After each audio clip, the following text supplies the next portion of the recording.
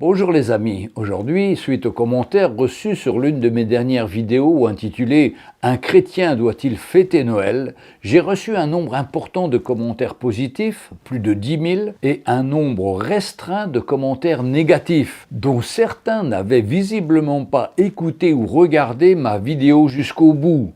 C'est pourquoi cette fois, j'ai décidé de mettre ma conclusion dès le début de mon exposé. Cela évitera à certaines personnes de me cataloguer dans tel ou tel tiroir de leurs pensées. Que malheureusement les personnes préfèrent obéir à leur pasteur qu'au Seigneur, car c'est plus facile de connaître la position de votre pasteur que celle du Seigneur. Mais devant les situations de la vie, la position du pasteur n'a pas de force, comparée à la conviction intérieure que Dieu veut vous donner. Cette conviction intérieure vous donnera de marcher avec une pleine assurance, comptant sur la grâce de Dieu et sur sa force. Faites le bon choix, cherchez le plan de Dieu pour votre vie. Dans l'épître de Paul aux Romains au chapitre 14, verset 23, « Mais celui qui a des doutes au sujet de ce qu'il mange est condamné parce qu'il n'agit pas par conviction. Tout ce qui n'est pas le produit d'une conviction est péché. » Voilà ce qui résume bien cette situation. Revenons à la question du jour. Dois-je me voiler quand je vais à l'église ? Mon mari m'oblige à me voiler pour montrer aux autres que je lui suis soumise. Quel type, quelle taille de voile dois-je mettre ? Je ne pensais jamais avoir des questions de ce genre, mais je ne pensais pas qu'en souhaitant étudier ce sujet qu'il existait tant de positions tranchées sur le sujet.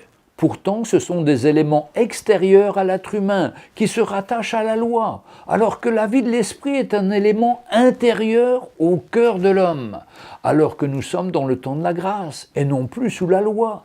Rappelons-nous toujours que c'est notre cœur qui compte dans notre relation avec Dieu.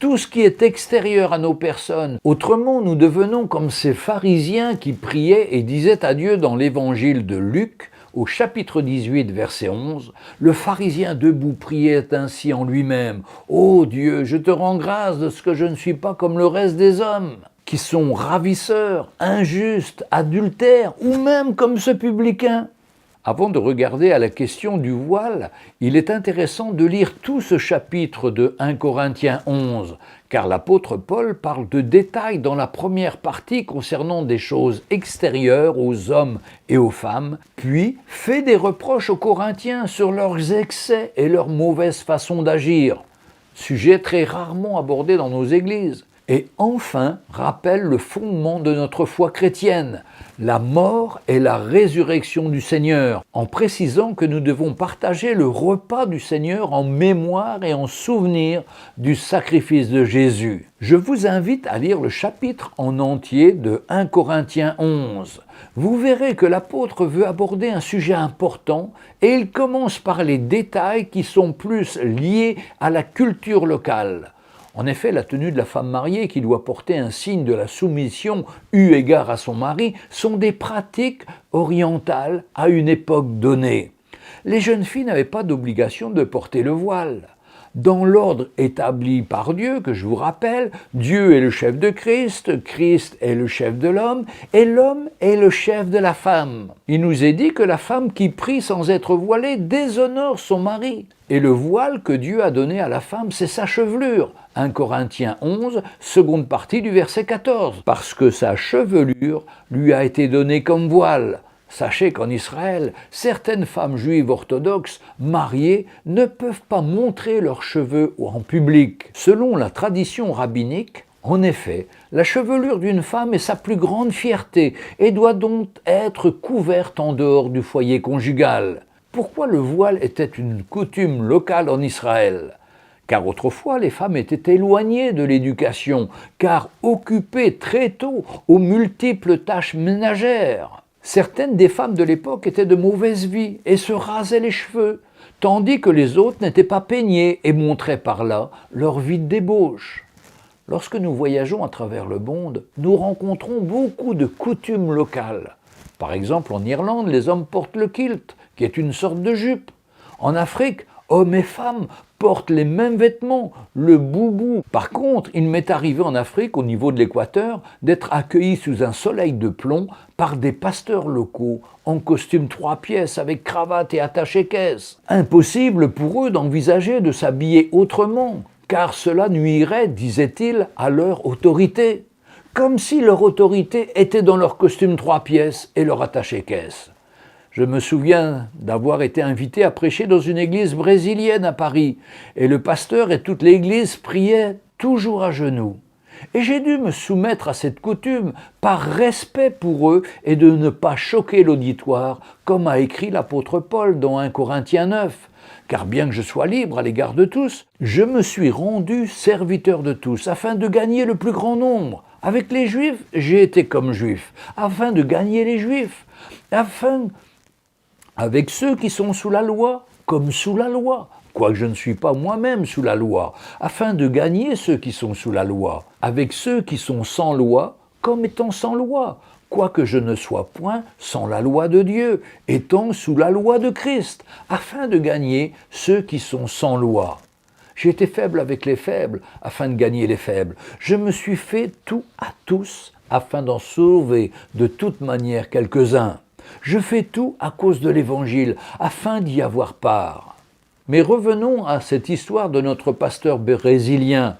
Lorsque je l'ai invité à venir visiter nos églises, il fut extrêmement choqué que les membres de nos églises ne se mettent pas à genoux pour prier, car depuis son enfance, on lui avait enseigné que pour parler à Dieu, on devait se mettre à genoux. C'est encore une coutume locale qui vient comme une loi.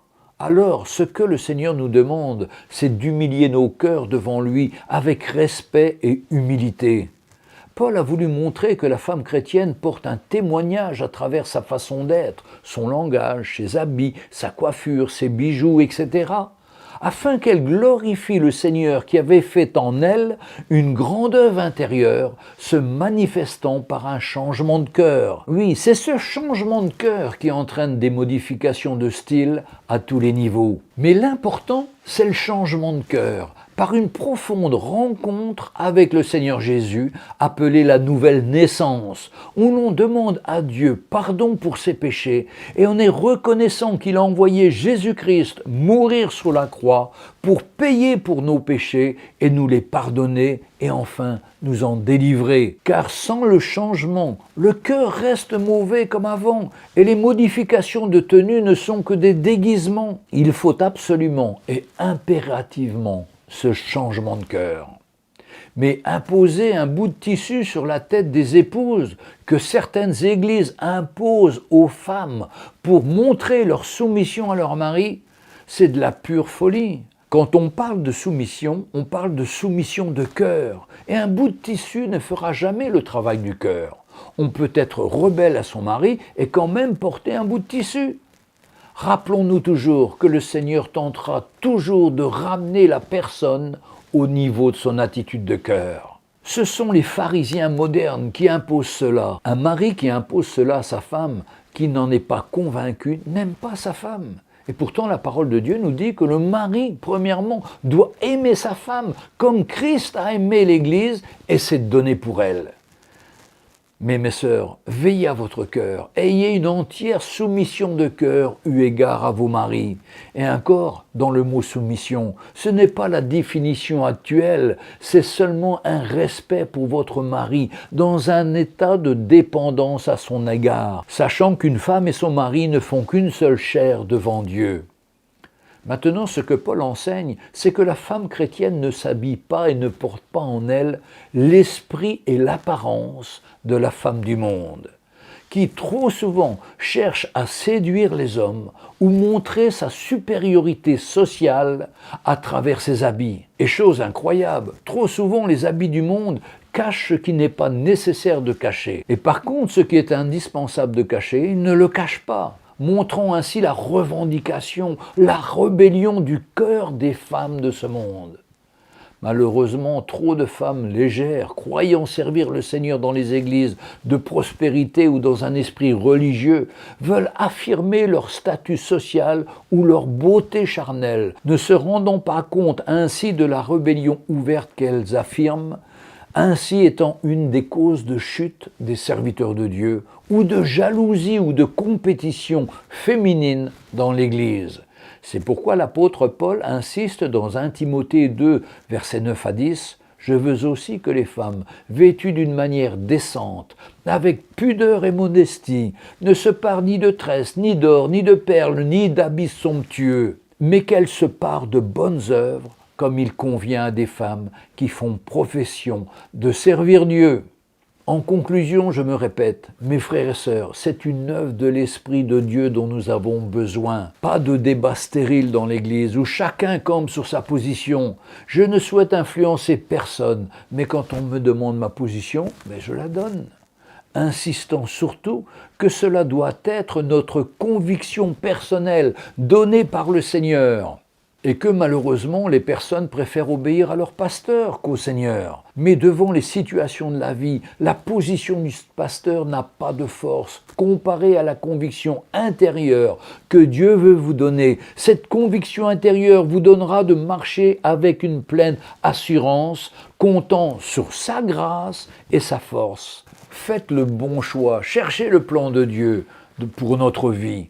Dans l'épître de Paul aux Romains au chapitre 14 et au verset 23, il nous est dit « Mais celui qui a des doutes au sujet de ce qu'il mange est condamné, parce qu'il n'agit pas par conviction. Tout ce qui n'est pas le produit d'une conviction est péché. » Mes frères et sœurs, cherchons le Seigneur de tout notre cœur, écoutons-le, soyons dirigés par l'Esprit de Dieu et non pas par nos traditions ou nos habitudes. Que le Seigneur vous bénisse et à bientôt.